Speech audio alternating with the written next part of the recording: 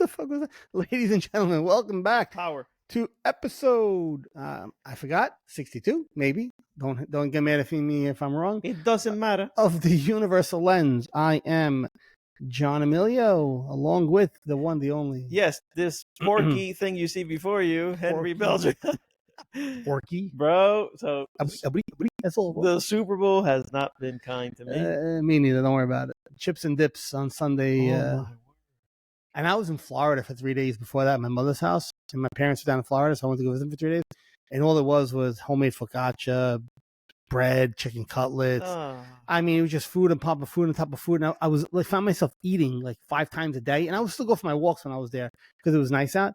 But I came home, I got on the scale, and this was after Super Bowl Sunday, and I was like, whoa. What just happened here? I was like, 4 days. What happened? I put a person on almost. And I've been going to the gym for 3 weeks almost. I'm like, time out. I'm like, all right, let's just relax because you can't put that much weight on in a few days. Sure. I go, it's retention water. Yeah, and now let it detox out now. Yeah, now it's time to just chill out and. After we go to dinner tonight. Yeah, we got dinner out here. Oh well. Yeah, you know, we got with the Universal Lens has to treat itself. The choices. Has to treat itself well. Yeah, man. So, everybody, welcome back. Hope everybody's hope everybody had a nice week. Some news before we get to it. So, I am at the end of my coaching class journey. I took my final today, so yay for me. Beautiful. Passed it. I'm just waiting on word on a verbal final that I have submitted. I'm assuming that's going to go well also, and then it's just some paperwork. So I'm hoping within the next, I'm going to be very, what's the word I'm looking for? Conservative? No, I'm going to be conservative, and I'll say probably 3 weeks. I'm hoping, if I want to get aggressive, probably 2 weeks. I'm going to say conservative, probably within the 3 to 4 weeks max. I should have my certificate, and I should have, because I only have 2 more practice clients to do. I have 2 more sessions for my practice clients, and then I'm done with them, right? So I'll have all 18 in. So I just got to submit everything, and I'll have a meeting with my coach, my teacher, who was great, Katie. And that's it. So I will be putting stuff together and getting it out there on social media soon. It's going to be a little niche-y what I'm going to be doing. It's not going to be your typical, I don't think, life coaching where, I'm looking to where it's kind of the, I want a career change. And well, yeah, I could do that. But for me, it's going to be more not about what you're looking to do, but how you're relating to the voices in your mind. Like I have this whole voice thing, voices, how we relate to the voices. Like I was telling you, I kind of have this layout outline that I have set up. I wanted to see it. Yeah, I got to show it to you. Bring it to... Yeah, I can print it out and bring it with us. Anyway, so that's done. That's almost done. So very happy about that. And that's great. So basically your area of not expertise, but let's say your area of strength would be not so much a particular, the one that we did, self-confidence, or career, Well, self-confidence. Boundaries. Well, self-confidence will be one of them. Those are blocks. So blocks and fears are going to be big things. Like, people have blocks because it's a mental, it's a self-limiting voice that tells you can't do this or you're afraid to do this. And I always come back to, well, do you like that? I actually had one of my practice clients. I was talking to her this weekend, and I kind of brought that up to her. I'm like, I was like, that voice that tells you you're X, right? I said, do you agree with it? She's like, no. And you wait for it to dawn. I'm like, so you're not agreeing with the voice that's in your head that's talking to you. So why do we give it credence? Right. And that's kind of what, and I don't want to go into all that today because we actually had another topic going to talk about, but that's kind of going to be the thing is going to be like, I'm going to try to, my goal would be to teach people how to understand that what we hear between our ears, the voices or images, that isn't gospel, and it's not, it's just a machine that has accumulated data over years and it's processing what it knows. But once you have that awareness now says, I know you're processing what you know, but I don't agree with what you know. And people are like, well, how do you know that? That's a knowing. Like, you don't like what you're hearing in your head, right? You want, like for me, I gave her the example that I'm going to be doing that talk at the NJOCD, right? At the end of the month. Or talk, 5 minute Well, no, it's a 5 minute. I'm a panelist. He's doing a symposium. Yeah, no, no, I don't embellish, but I'm doing a 5 minute. On the 25th, I'll be doing a 5 minute talk at up in Jersey for the New Jersey OCD, which is a division of IOCDF, which is the International Obsessive Compulsive Disorder Federation. And this is the New Jersey chapter, right? So anyway, I was asked to tell my story. So I got to give a 5 minute talk about my story, my path. And I was telling her, I said, when I first got that invite, I had dueling voices. One was, yes, I was excited. Another one was like, no fucking way you get in front of 150 people and talking. I'm nervous. My hands will be sweating. I'm going to be. So I said, which one do I want to listen to? Yeah. And it's the one that says, no, I want to do. I know I'm going to be nervous when I get up there. Right. My stomach might hurt. My throat might be, my voice might be shaky. That's a maybe. Yeah, maybe my throat might be shaky. My hands might be sweaty. My heart might be a little racy because that's going to be a natural reaction. It's going to happen in my body because my body's not going to be comfortable. But I know I want to do that. So what do I choose to do? I choose to do it. So anyway, that was like an example of it. But that's going to be the whole kind of genre of what I'll be doing. So I'm not as let's say educated on the issue, but I, just doing this with you, I understand that programming is a big component of, right? So we said this from the beginning. You used to talk about, what's his name? Bob Proctor. No, Scott Adams started, remember? With the whole... We are all computers. Yeah, that's his. Yeah, We all just get a new iOS, yes. And you can do that. You can change your iOS. Yeah. And I found myself, so again, to divert a little bit, but because it literally, it's life. So I went to a Sweet 16 and I met up with a very old friend who we're family. As far as we're concerned, we're family. Mm-hmm. Like, she would be my cousin. And, like everybody else, John, some trauma in her life, Oh. And I knew how she grew up because I grew up with her. I was right there with her as she experienced all these things. Now, I wasn't there, when I'm not there, I wasn't there. So a lot of more trauma happened, behind the scenes. But long story short, traumatic, upbringing. So naturally, she has the same trials and tribulations that we all do, that we carry that with us, right? We carry it forward. Sure. And we don't know yet that we can change the program. And so when I'm telling her, I'm at imagine, like, the big tables, when you go to these events, right? The wedding hall events. Yeah. So you're at this table with strangers, but the music was pumping loud, so they can't hear what I'm talking about with her. So it was just like me, my wife, and her boyfriend, and we're talking. And as I'm talking, the boyfriend's like, yes. When I started, like, you can reprogram yourself. And she goes, oh, I know, I talk about my therapist all the time. I said, no. I said, I got you. I said, but do you know that you have the power is in your hands?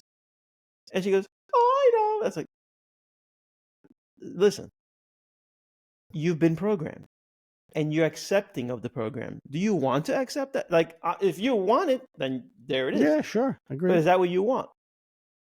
Well, and that's where, like, the crossroads happen. Like, is that what I want? Like, holy shit, I never heard it.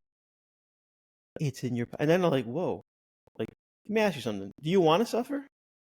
No, of course not. But that's kind of my DNA. I'm like, but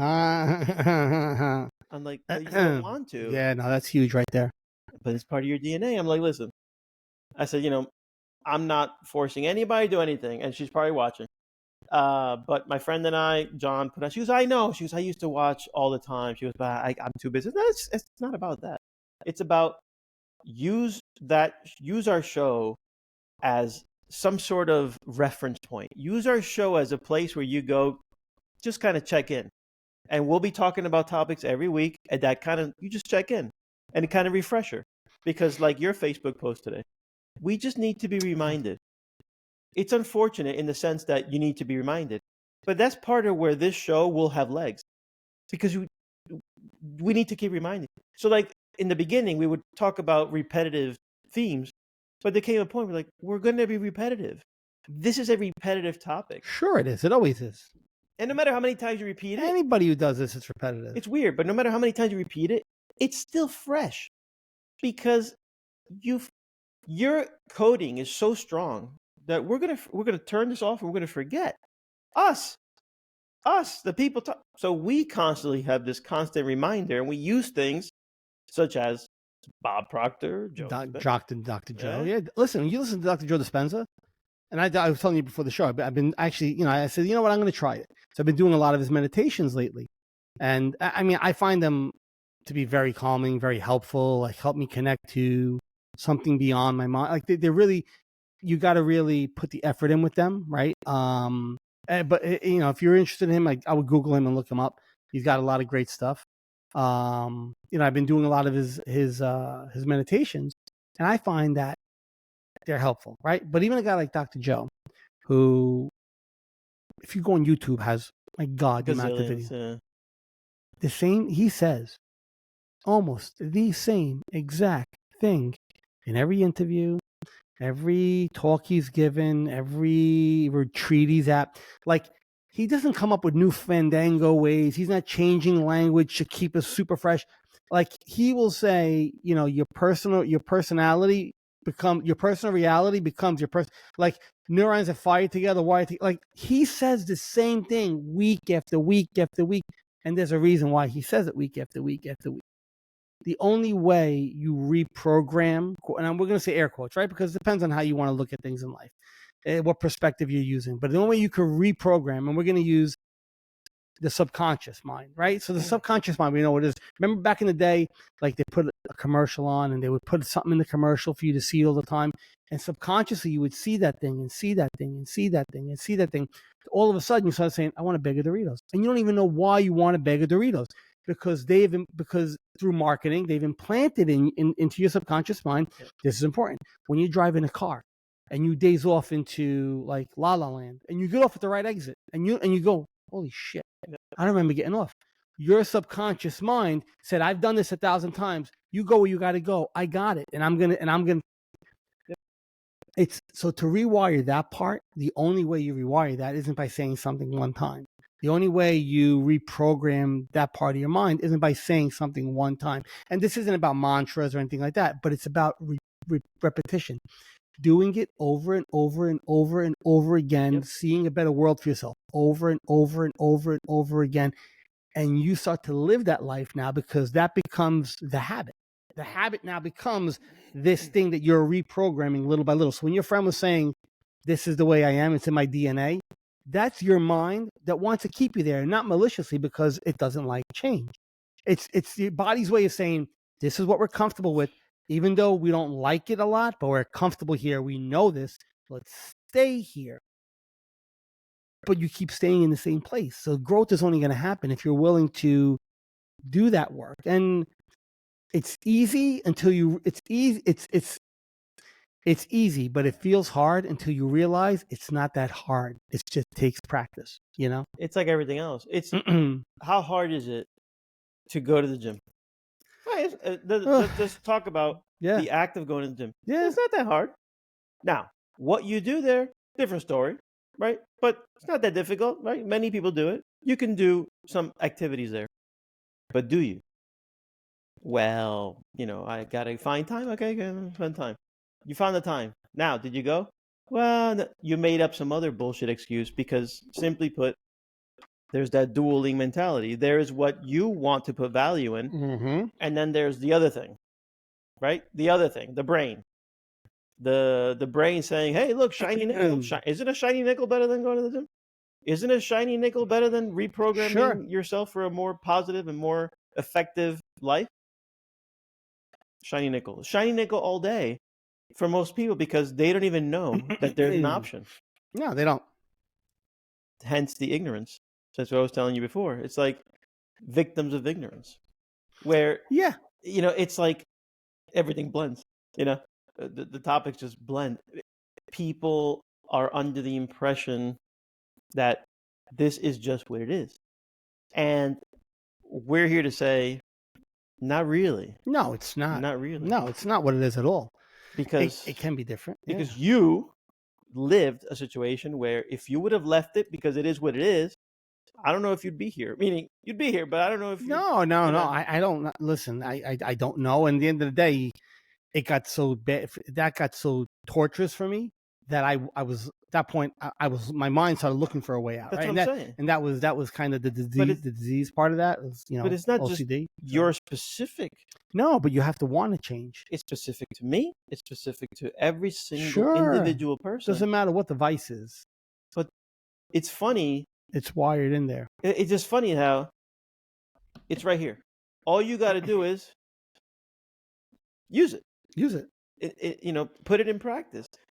And you but say meaningfully, right? It's Right. got to be done meaningfully. There has to be meaning and purpose and a willingness, right? Yeah. That's all the any spiritual teachers, even the most spiritual teachers to the most modern kind of I'm gonna say hybrid, like guys like Dr. Joe who are awareness and science based, or Bob Proctor, right, who are awareness and kind of practically science based in certain ways. Tony Robbins. It's that mindfulness is still there. Like it's embedded in there still. Now these are guys that pull from different. And I'm saying this is where I was going. Sorry, willingness is something they all say. So they all use the word. To do an act is one thing. To do an act willingly, that's of choice. That's saying I'm not doing this. Okay, I'm going to do it because it's going to help. I'm going to do this, but I'm going to do this because I mean it and I believe it. And it's something that's important to me and I value it. There is a different feeling inside of you when you approach it that way. There just is. When Dr. Joe talks about gratitude, I gotta be honest with you. When I first heard the concept of gratitude, I'm like, I get it. Okay, you're grateful. I get it. But how is that going to really change stuff? But when you willingly, with meaning, practice, and you allow yourself to rewire and take hold of what it is to be grateful, if you don't change, you were faking it. Because they'll you're doing it. You're doing it wrong. You're doing it right. He'll say you're doing it wrong. It means you're just not. You're not really invested in it completely. I think I'd say when he says you're doing it wrong, it's kind of tongue in cheek, but it's really you're not invested in it 100%. Because these things are so simple and so powerful, right? So I went through today. I was speaking to a good client, in the real estate world. I have really the honor of working with this woman. She is a success story, and she told me about her past. She has a very difficult past, and today she's incredible. And she even told me today, as we're standing in a house that she's buying, which is a very expensive house, like the traditional family would live here, and she's buying it as a single woman. Like, don't get me wrong, like she's got a significant other, but it's not like she just started. She was in jail, like she just started her journey, and here she is. She's come a long way in a short time. And then I told her, as she's sharing her story, I shared a little bit of my story, which coincides with yours and the universal lens. And I mentioned mindfulness, and her eyes lit up. She goes, "Yeah," and she goes, "Mindfulness. Yeah, we talk about that in therapy." I said, "Okay, yeah. Well, we devote our show is to mindfulness." She goes, "That's great." And I can't tell you how we connected. Where she's like, "Sure, yeah, it's incredible," and it's just like going back to willingness. So the willingness is like, if you're willing, then these things can kind of take shape. Yeah, sure they can, but there's like you said, there's got to be a willingness to do it, and like we were saying before, with the subconscious mind, like that's something that people don't like. Yes, awareness is phenomenal, and mindfulness is very important because without awareness, you don't realize what the subconscious mind is actually doing because you're on autopilot. You're just being controlled by the body and the mind, and you're along for the ride. So, step one is having that awareness, having that mindfulness, having that presence to see what's going on. Step two is then, okay, now I'm present with these thoughts that I don't like. I'm not good enough. I actually put a post on before. I'm not good enough. You're not worthy, right? And they're all voices in your head. And we all have these negative thoughts, right? A lot of people can tell you, well, cut back on the negative thoughts. Great. You tell me how you do that by just like doing it like that. And then, then come talk to me. But while they're not, they make it sound easy. Some people, when you look at them on Instagram or on any social media, they're not far off the truth. You can, but it's not thought replacement, right? I was telling you before the show, I said, when you rewire your subconscious mind, you're not changing your thoughts. You're changing your thinking patterns. You're rewiring how that part of your mind interprets things. You're not replacing a thought with another one. You're not saying, I don't like this thought, I want that thought. Because the mind isn't, I always say the mind is smarter than you think it is. You can't outsmart the mind, right? So in order to rewire that part of your mind, it takes time. And it's a changing of the thought patterns on this subsurface level.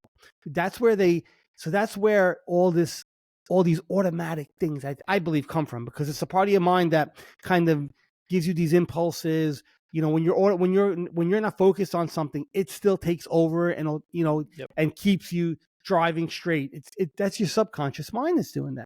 So how do we rewrite that part of our mind? Right. And this is something that's kind of new to me, because I was in a world of presence, watching a thought. I don't like the thought. I don't have to pay attention to the thought. I can focus on what I want. And that's 1000% phenomenal. You can do that. Okay. But if I want to see a better world or a better vision, how do I do that now? All right. So I don't like what I'm seeing. I'm living in presence. It's great. But I want to start working on something, because we want to make ourselves a better version of ourselves on some level. I think we all do. That's right. And that's where guys like Dr. Joe and Bob Proctor and their mentality, I think, come into play a little bit. So you kind of put a little hybrid of both of them together, right? That's exactly what I've been doing. Yeah, like Eckhart Tolle is very present mindfulness. Allow the present moment to be there, and then accept it, leave it, or it's accept. You either change it, accept it, or leave it. I get the accept it and leave it, but the change it part, like they don't go into the change it part. How do I change it? So can I change it? There is a possibility, and not just possible. There is a way to change it, and it's by rewriting that automatic subconscious mind. And how do you do that? I mean, that's honestly some of the meditations Dr. Joe has, I think, are really good for that. It's really connecting with another part of your mind and affirming with yourself what you envision your future to be. And believing and living as if you already have that. And the mind starts to believe. He gave an example, and I'm trying to remember what it was. Oh man, what was the example? It was a great example he gave about how the subconscious mind works, where it was like something like something happened, but I can't think, and it's killing me. It was like where nothing happened, but he had this thought. He brought up this thought or this scenario where it did happen to him, where he did experience something. But there was, I can't think of it, it's killing me now. There was an actual example where he gave between real life and how he uses this rewriting of the subconscious mind, through the meditation and through envisioning what you want, like playing something over in your head, over in your head, like if you want to be a good golfer, like you would practice that swing 1,000 times, and even visually practice it, and your mind starts to learn that habit and starts to remember that habit. But I can't think of it now. He gave such a great example. It was a great parallel between two of them, and I'll try to pull it up. Well, because there's a connection between your subconscious and your conscious. Yeah, exactly, and that's what he was getting at. And I heard this one lately, and I think this, even though it might not be the same example, it'll probably resonate because it's similar. So listen to this one. So I want you to envision. I don't want you to go there physically. I want you to just think about this. Mm-hmm. I want you to envision yourself. You're very familiar with New York City. You're very familiar with skyscrapers. And I want you to envision yourself at the rooftop of one of these skyscrapers. And you're on the rooftop patio, okay? Okay. So, it's a cookout. Grills, and we're at the rooftop. But guess this rooftop doesn't have sides. Okay. So you approach the edge of the rooftop. Now remember, you're in a skyscraper. I remembered it. Go ahead. I remembered it. You're in a skyscraper right now. Just like that. Okay? You brought me there. So I want you to edge yourself to the edge of the top of that rooftop patio. Mm-hmm. And I want you to look down. Mm-hmm. Right? And when you look straight on, you can see other rooftops in the top of the city. Yeah, sure. and you can hear the wind. You can hear a lot of the HVACs from the rooftops. You can hear probably some closer helicopter, airplane noise. You can hear different types of noise. But when you look down, you see the taxis, the hustle bustle, the beep beep, right? But what's the feeling in your stomach when you look down? Oh, Queasy, yeah, right? especially if you have an inherent fear of heights. Absolutely, It's yeah. queasy. But where are you physically? You're right here. That it was all in your mind. It was all. Yes. So when you said that, the example he gave, which was great, and I heard it in an interview, was they said, you ever do those artificial intelligence classes where you put them on? You know you're in a room. You put them on and you walk to the edge. And when you said edge of a building, and hit me. You walk to the edge of a building, and when you get to the edge of the building, you look down. Your mind perceives what it sees as reality. Like, oh my God, I'm going to fall and die. Your body reacts like that. It tenses up, heart rate races, sweating, party. You get that same feeling, like the jittery legs, the jelly legs. They're like, oh my God, I can't move, panicky feeling. Right now. But yet, you know you're in a safe room, but your mind, because what your mind's seeing, your body perceives this as reality. He says, so what's the difference between that and me saying, I'm going to close my eyes and meditate on what I want my reality in life to be? I want to be this. I want to be a great coach. I want to be a millionaire. I want to, whatever it might be. I want to be what my life goals are, how I envision I want to be more confident. I want to be, a better this. I want to be better at that, whatever it might be. Because what's the difference between artificial intelligence, which is a pair of glasses and a program that your mind sees it and friggin' believes it completely? Like, you're like, oh my God. Even though you're standing in a room that if you take your glasses off, you're fine. But your body reacts the same way. And when it does, it's what's it doing? It's releasing all those cortisol, all those stress hormones because you're anxious and you're nervous. He says when you believe a thought, an anxious thought, or you buy into it and you chase it and you anchor with those thoughts, it goes, your body does the same thing. He goes, so how about we envision something better? He goes, how would it feel if I told you, and we've said this, right? How would it feel if I said to you, tomorrow you're going to sell 10 houses, and you close your eyes and that would feel so good. Your body's believing what you're thinking right now, and that good feeling you're getting is actually good pharmaceuticals in your body that your body's giving out. Natural to you. He goes, and then there's a whole other level of that where you could connect to, energy fields and attract what, and I'm a believer in that. For me, I've always said the universe is there to hear us. Just what are we really asking the universe for, or God, right? What are you really asking for? But isn't that amazing? Like how your body reacts the same way. So why would I want to put my body, not to say, and I know where people are going to go, especially after what I've been through, and I know I don't want to get any backlash here, so I'm going to preface this. I understand if you have an obsessive thought, there's a natural reaction. I'm not telling you to stop that reaction. You sit with it. But what I'm trying to say is the same way you have that negative thought and you have that reaction, in meditation, I'm not saying thought replacement. So I'm not saying I have a negative thought. I don't want to think of that. I want to think of this. No. When you're meditating, and this is the time to do it, and you want to focus on what you would like your life to be. And if that thought or that image or that projection that you have makes you feel good, like I was talking to my client and she was trying to clean out, she had this project she wanted to do. I said, and she goes, I get so overwhelmed. I go, do me a favor, close your eyes. She goes, I want you to picture that project done. I think it was cleaning her garage out. I go, make believe your garage is not done. How would you feel? She goes, oh my God, that feels so good. Like there was a release when she said it. I said, I want you to live there while you're cleaning the garage out. I go, that's your goal. You want to clean the garage out? I go, envision that garage clean as you're cleaning it. Because now your approach to it is not with stress. It's not with anxiety. It's not with, oh my God, I'm overwhelmed. This is going to be so nice. This will be so nice. This is going to be nice. This is what I want. And I'm working towards it. And there's a different feeling in your body. I said, that feeling, now it's not overwhelmed. Now it's because I said there was a release. She was like, oh, like when somebody goes, oh, that would be so nice. What does that mean? You've envisioned something that makes you feel good. So you could meditate on that. You could envision that while you're working towards something, right? And people can say, oh, what about the realities of life? Yes, there are the realities of life, but you can still choose. That's what I want my reality to be. And the more you kind of go that way, your body, your mind, your heart, everything starts to listen, I think, after a while, and things start to sync up a little bit better, and you'd be surprised what happens. Right. I mean, You'd be surprised what happens. without entering another realm, but close to it, is now you add the features. And the features to add on to that is smell, auditory. You know, so now what does your garage smell like after it's clean? Can you hear anything? You know, and you add as much detail as you can to that reality. Yeah, you could do that too. Yeah, sure.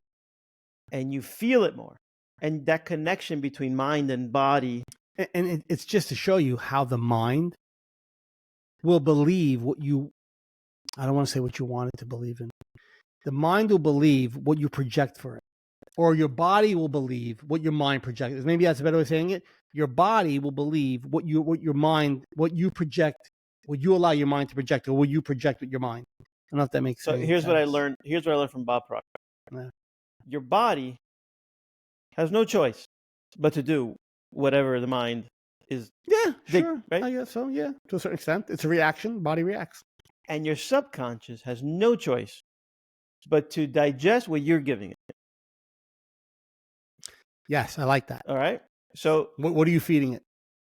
And so garbage in, garbage out. Right. That was like third grade. Garbage in, garbage out. So it all comes back to, what are you inputting into your computer? What is the data you're giving your computer? Yes, agreed. So you've taken a conscious approach to, I want my computer to have these features. So therefore, I'm going to ingest this type of data. And that data was having a nice Dr. Joe meditation, which put you in a different state. And you felt different, and it was nice. It was a good feeling. Yeah. So like I can tell you I can tell anybody to their face that, so obviously now I'm a little bit more withdrawn from, let's say, Dr. Joe, in the sense I don't have it fresh. But while it was fresh, Dr. Joe was so penetrated in my thoughts and the gratitude, let's say, mantra was so penetrated that I was like, and it was new to me, you know, so I was like walking around continuously grateful. Not that I, you know, right now I have it as part of my programming, but I don't have it front and center. Does that make sense? So gratitude is part of my programming. Yeah. But it's not front and center.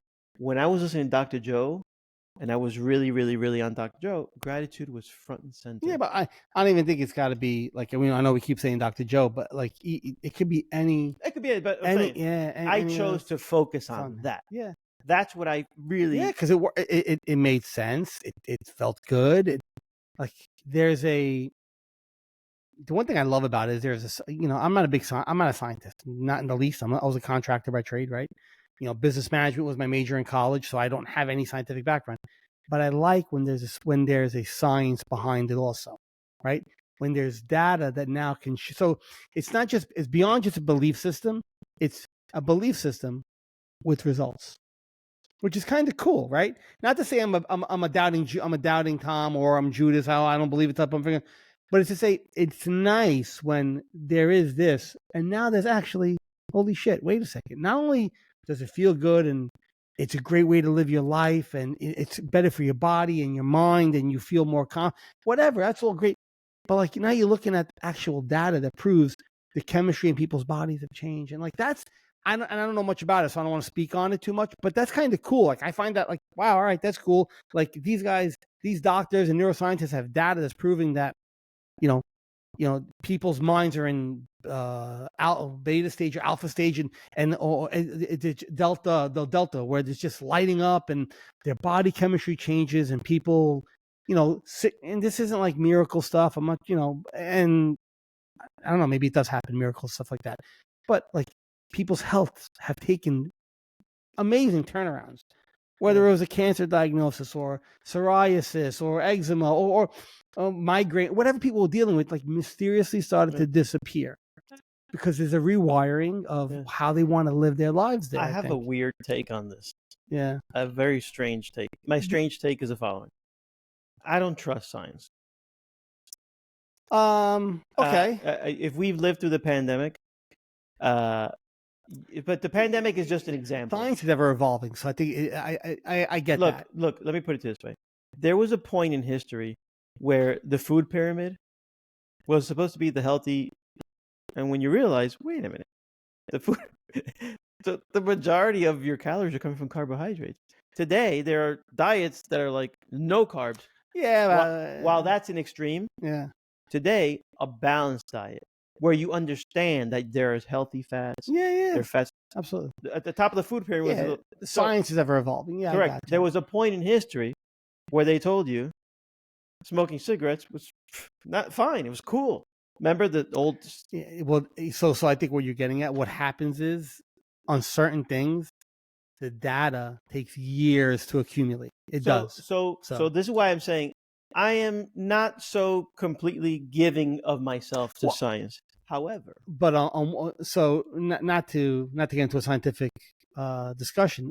Are you talking about like with mindfulness or in general? In general. Oh, okay. Yeah. In general, because I'm just talking about this instant. I was where there is actual data, hey, your vitamin B was 0. Yeah. A week, 2 weeks later, after doing this, I'm just using that as an example. It was at this number. Here's where where I link it. That's where I link it here. Yeah. I link it in this. Yes, sure. Today there's data for that. Tomorrow there might be different data, but you cannot deny, you cannot dispute the way that the people feel after they do what they do. Yeah. And if this is correct, the most natural and logical, let's say, progression is that whatever was, let's say, ailing you has a chance to be bettered, improved. Sure, it does. Because your body, so leading scientists will tell you this: your body is the best pharmacy in the world. Like your body produces serotonin. Your body produces everything you need. And only when you're lacking things does your body get off kilter. Good. And the lacking comes from the way we live our lives. Yes. Could be diet, could be environmental, could be a lot of things. The way we mentally approach life, what we believe, our thought systems, how we believe our thoughts, how we believe the voices in our head, how we believe the limiting belief systems that we have. That all affects our body, which throws our internal pharmacy off a little bit. And again, I don't know much about this, but from what I've kind of learned over the last couple of months and following this stuff, reading about it, there's a lot to say for. And look, if you go back hundreds of years, Eastern spiritual teachers have probably told you, we knew this already. Yeah. Like, we understood this. Yeah. We didn't have scientific words for it. But we lived till 105. We very rarely had disease. Yeah. Why? Like, why? Why them and not them? Why them and not them? Look how they're living their lives. Look at the approach they take. Look at the mindfulness that they use, the awareness that they have over them, that they don't believe every thought they have, and this rat race of a mentality, and they have a disconnect from it, and they get to choose. As Dr. Stephen Hayes says, you get to become, he puts his hand back here, he goes, you become the consciousness back here that gets to do this. Right. And this is acceptance commitment therapy, right? So they all, it's hysterical how they all circle around the same thing. Mm-hmm. It's a circle around it. They all point into the same thing in the middle. You can see how everything connects. Everything, and if you pay attention to that, I always say, there's a reason why everything connects like that, right? Everything points there. Everything's pointing there. Whether it's ACT, whether it's CBT, whether it's Joe Dispenza's meditation, whether it's Bob Proctor, whether it's Tony Robbins, whether it's Eckhart Tolle, Sadhguru, they all have their little flavors and baby universes, but they all revolve around the same. Their little universes that they talk about all revolve around the same exact thing, which is at the heart of it all.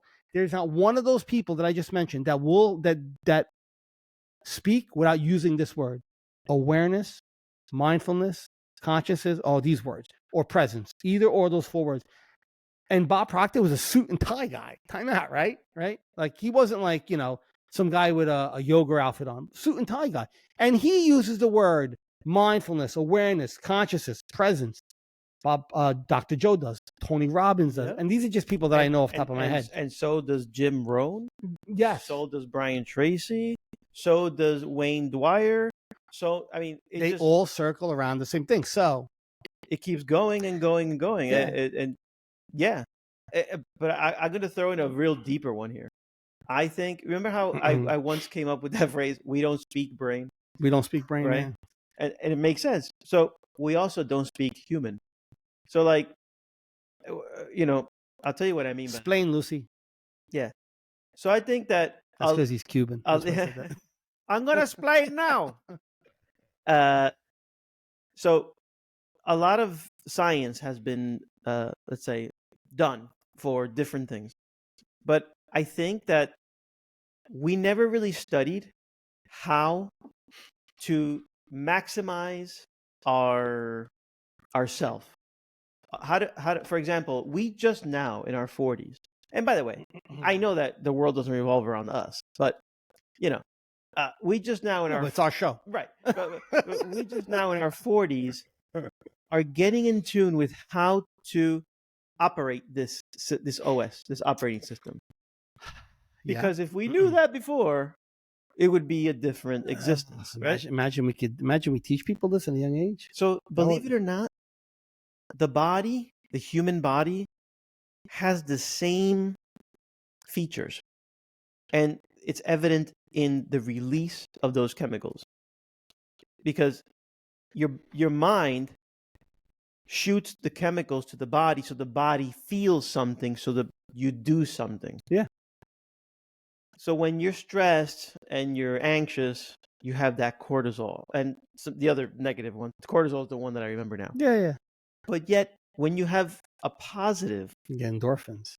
You get dopamine. Dopamine, that's the one. I'm sorry. Dopamine. I'm not a scientist. So here's like, and I get it. For me, I'm discovering the wheel, but this has been discovered. But like, if you take somebody and you don't give him dopamine, and you prohibit the dopamine for X amount of time, there comes a moment where the system just collapses, because you're not, as a human, as a being, as a physical entity, you're not getting what you need to, let's say, be whole.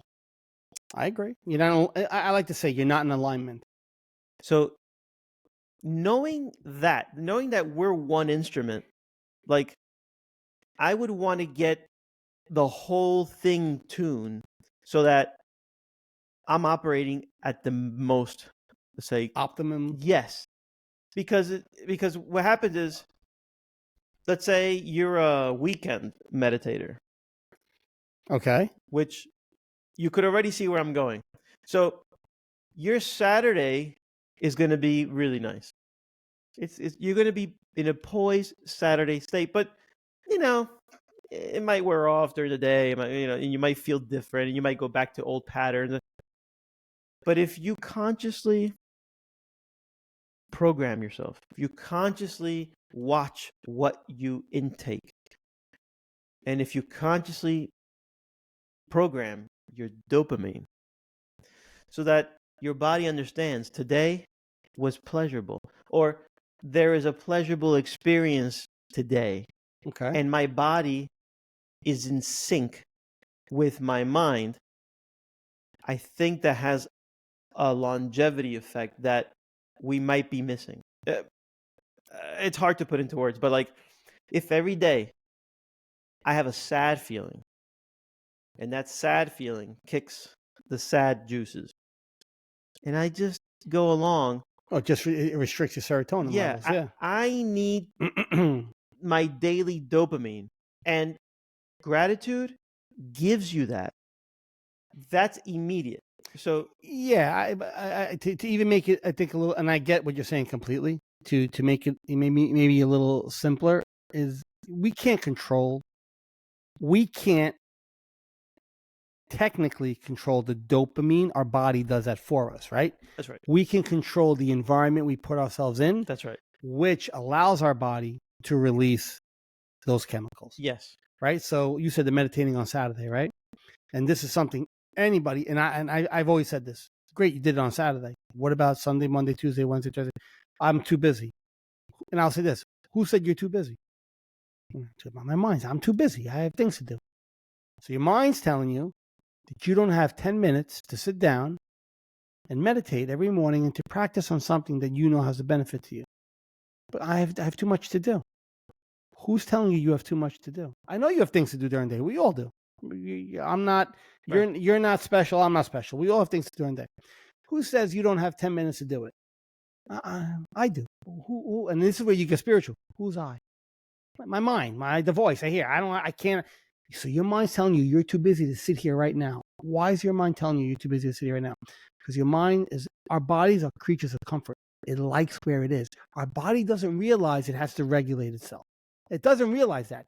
It just knows I like where I am. I like my patterns. I like when my subconscious mind says this is what we do every day. Don't change. This is the schedule I have every day. I don't change my schedule. So I wash, rinse, repeat.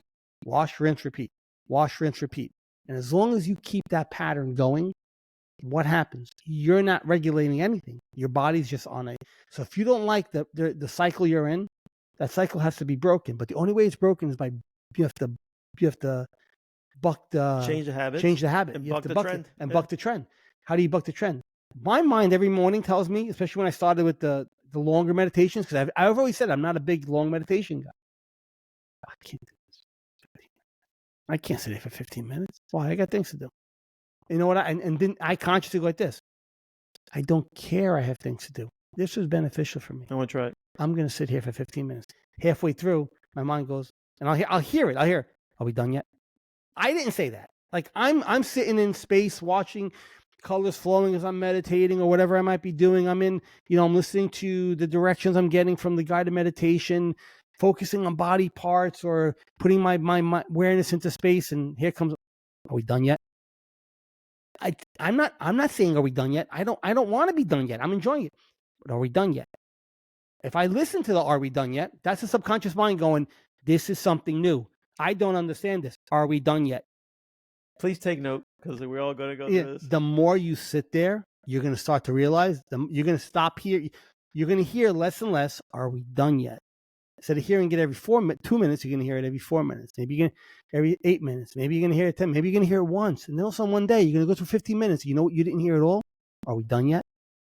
Not to say that it won't do it again at some point, but you're starting to rewrite because you're now in control, not your body, not your subconscious mind. And they're going to go, well, who's you? So when you said my subconscious mind is where all my automatic thoughts come from. Yes. But don't forget what I said before. What does everybody circle around? What is it? That awareness? That's who we really are. And we get, with awareness and mindfulness and presence, we get to take this beautiful thing called the mind, the body, and all its, all its parts and all its beautiful, and we get to focus on what we want to focus on. We get to go like this, mind, that's what I want to project on right now. But unless you have that awareness, there's no rewriting, there's no nothing. You're going to get up, you're going to get a cookie, you're going to walk away, you're going to stop, and you're going to keep doing it and go, yeah, I just can't do this. No, but let's take a moment right here. Okay. This is silence? No, this is normal. Like, I want everybody to understand how normal this is. Like, oh no, it is. Absolutely. Because I don't want somebody to try and go, I can't do this. This is absolutely. That's why we make the point of saying it, because it happens to everybody. Yeah. When you're saying, I'm like, at least in the beginning, all the time. Especially if I don't do long ones for a long time. And then I do a long one. Because it's foreign to your body. Your body goes, I got to get up. Yep. What's more important? I want to go see the snow outside. Anything. No. Shiny nickel. Yeah. Shiny nickel. Shiny nickel. Or if I'm meditating and I hear somebody upstairs, right? My mind goes, my mind wants to go, we got to stop. Somebody's coming. Wrap it up. And I've made a point. I was actually, when I was in Florida, this is hysterical. I was doing it was a 25-minute meditation in the garage on a chair. Like an old Italian man. In the garage on a chair. The garage door was open. It's a quiet street, so nobody's really walking there. And if they did, whatever. And my parents were inside. And I know my mother, if I'm not in her line of sight, like I'm still 3, for 5 minutes, where's John Boy? She calls me John Boy. So I know when I started this. You know where John is. I know. Taking the china from the shelf. I know when I started this, I said, that door is going to open at some point and she's going to come out and go, oh, there he is. Interruption. But what did I do? My mind was telling me to pay attention there. I kept focusing on what they were saying. I was just, I'm here. I'm focusing on this. I was doing a healing meditation. I'm focusing on it because it was cool. Focusing on it. I hear, and I don't hear the door open. I heard the door open. And I heard, there he is. I didn't do this. Right. You consciously stay in there. I stayed there. The door closed. Then I heard the door open. I don't know how much longer I heard the door open. I heard footsteps go in front of me. Then I heard footsteps come back. I didn't open. And normally I would be like, wow. Open. Yeah, no. Hold on. Time out. There was a conscious effort there. Like, sure. I was like, my mind was like, and I'm like, no, we're staying here. We're staying here. That's the ultimate fucking... Right? And after I was done, I went inside. My mother's like, oh, what are you doing? I said, I was meditating. She was like, oh, okay, cool. Very nice. Yeah. You know, she doesn't get all that. She doesn't get, but she's supportive. Love her to death. She's in her way very supportive of it. So she's like, oh, okay, it's good. I go, and my niece was there in Florida with me. She had flown out. She actually flew up with me. And she spent the weekend with my parents too, just to see them. I was like, was that Allie coming back from the pool? She goes, no, that was your father. He walked outside to the garbage bag and he came back. I was like, oh, all right. Like any other time, I would have been like, because normally when I meditate and I hear somebody coming down, I would stop because they're coming downstairs. Like my mind would give me a reason to stop because it's like, okay, no. Hey, we got a reason. We can't do this anymore. Somebody's coming. And when I stayed there, when I was done, I was like, okay, good. I did it. I'll be honest with you. That's a big deal. Yeah. That's a big deal. It was kind of cool. But that shows us, right? Like our mind, and I always say our mind's not looking to hurt. It's not doing it because it wants to screw you or it's trying to be an asshole or it's trying to hold you back. It's doing what it knows how to do. And until like we said before, until we rewrite that code, and this is where like the whole Dr. Joe thing really makes sense. Like, if you ever listen to him, you got to kind of take it with a grain of salt. His meditations are a little, he uses the word space a lot. And I find it kind of cool. It's cool because it puts you into a nice space, actually. It does, in right? the back of your eyes. Yes. Find the space in space. The back of your eyes. Right. But it does. So he's actually teaching you how to shift your awareness from different parts of your body. Yeah. And what that does is it helps your mind and your body focus on certain areas, right? And that's where healing meditation is supposed to be really good with. But no, it's really cool. But I look at it as he also has a business to run. Of course.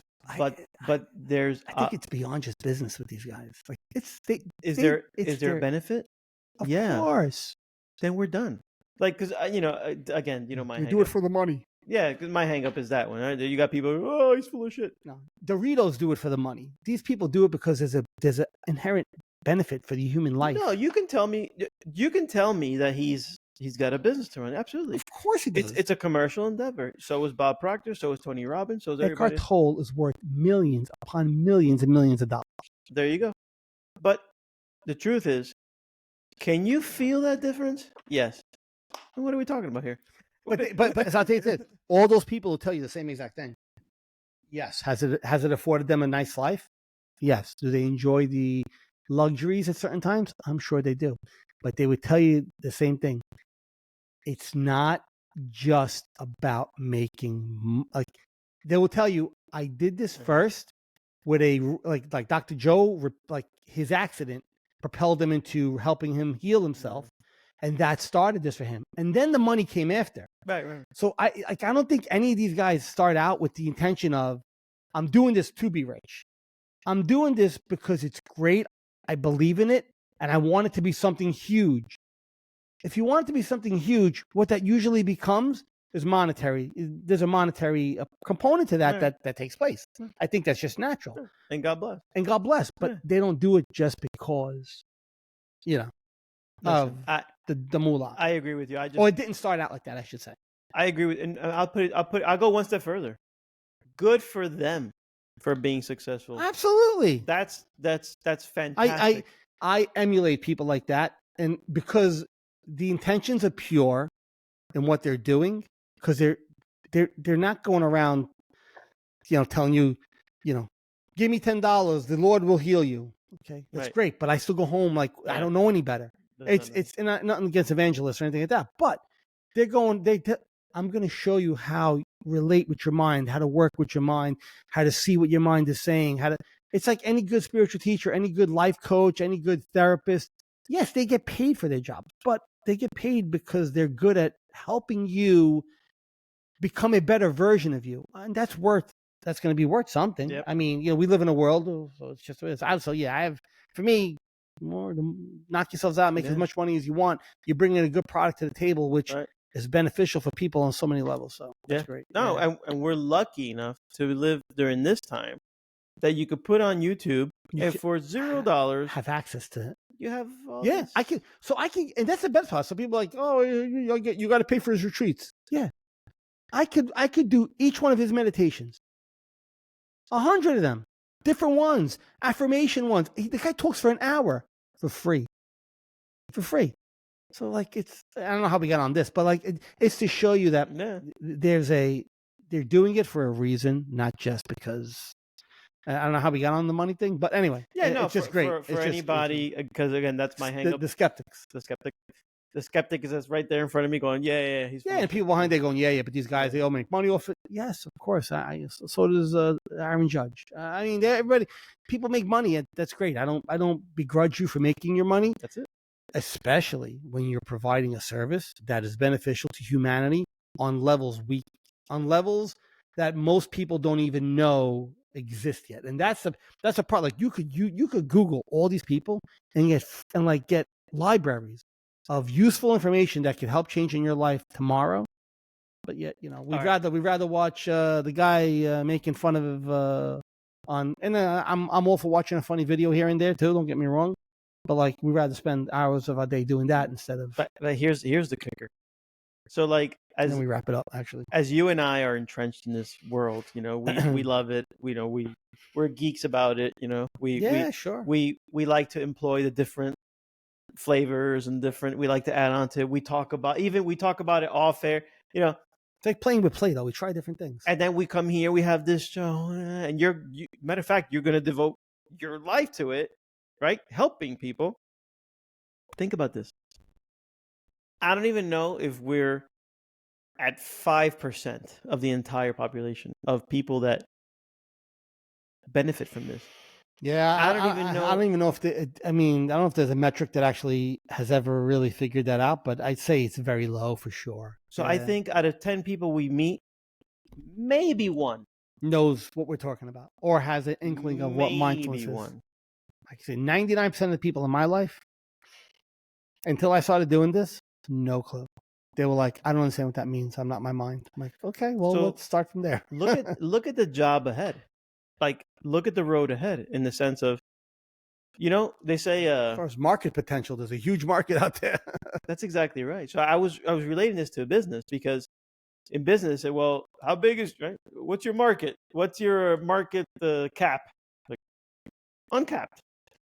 Because no matter how many Tony Robbins, no matter how many Bob Proctors, no matter how many Joe, and these are just super successful people.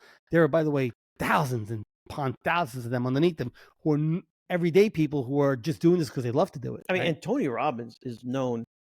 I mean, geez. Yeah, I mean, these are people who reach the upper echelon of that level, and there's also inherent traits in the person that allows them to get to that level, right? And I think we come back full circle in the sense, no matter, you can go to a Tony Robbins event and you feel charged up when you leave, you must leave differently.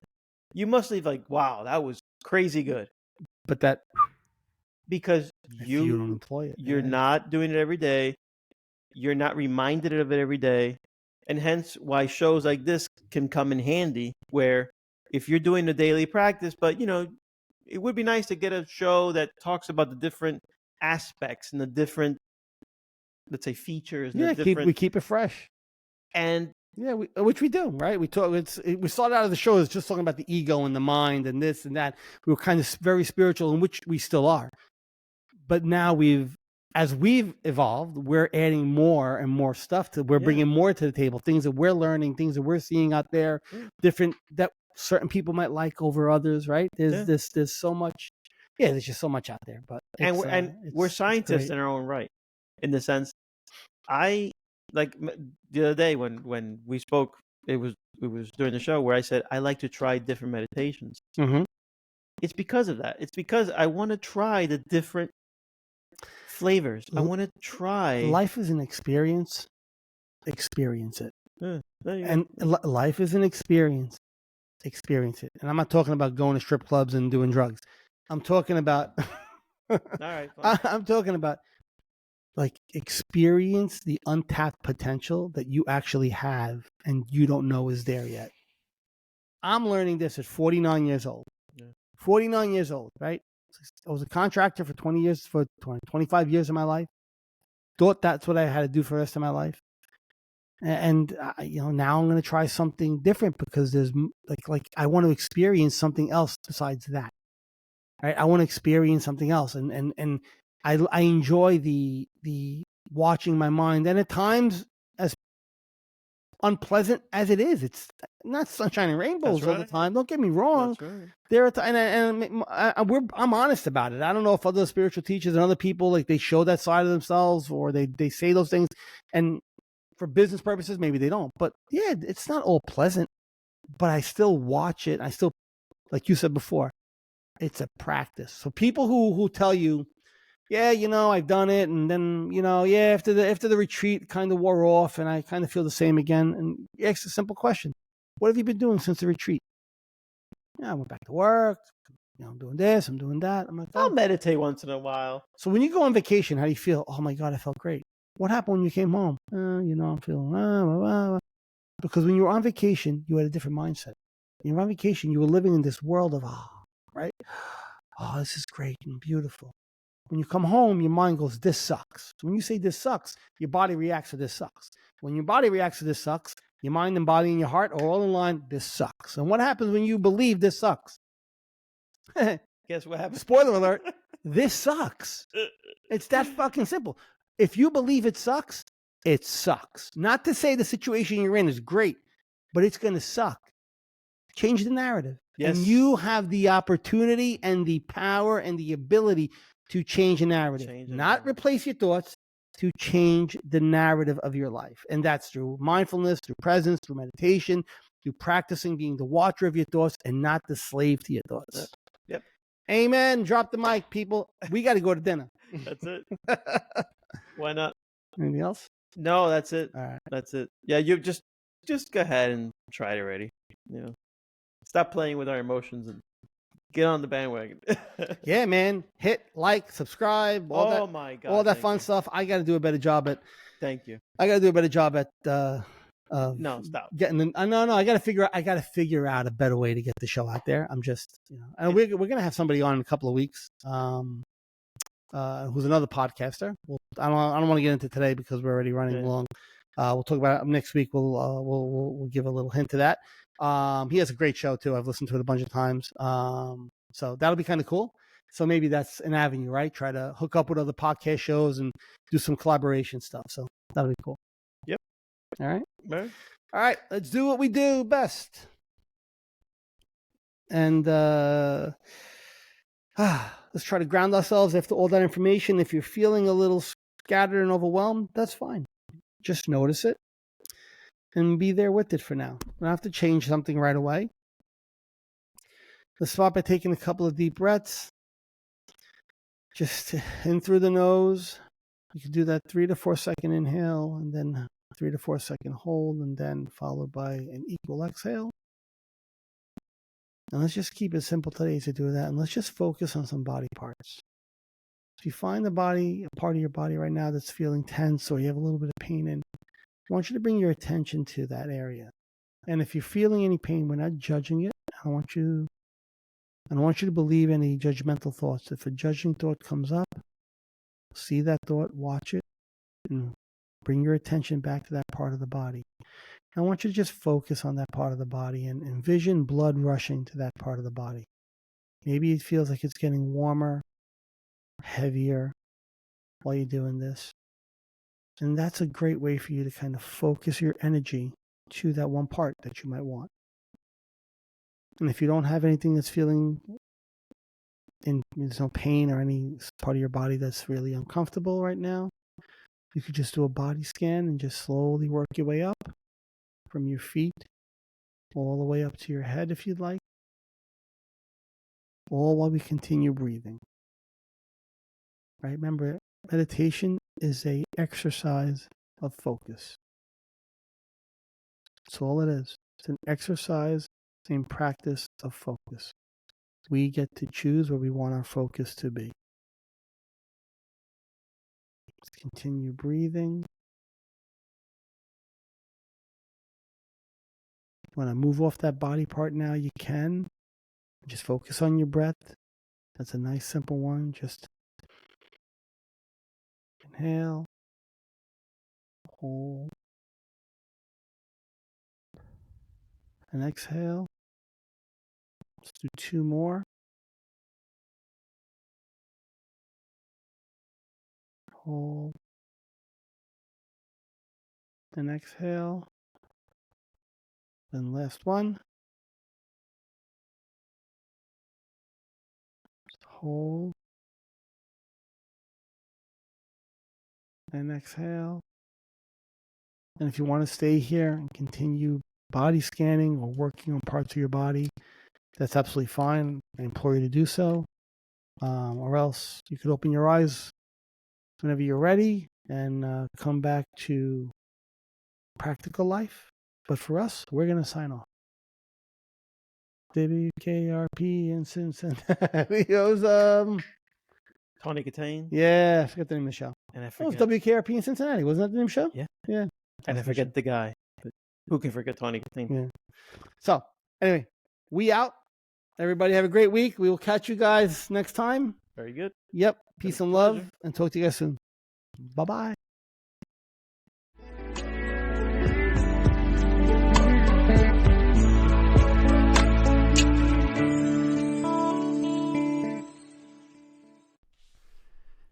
The insights and discussions that we speak about on our show are our own opinions and based on our life experiences.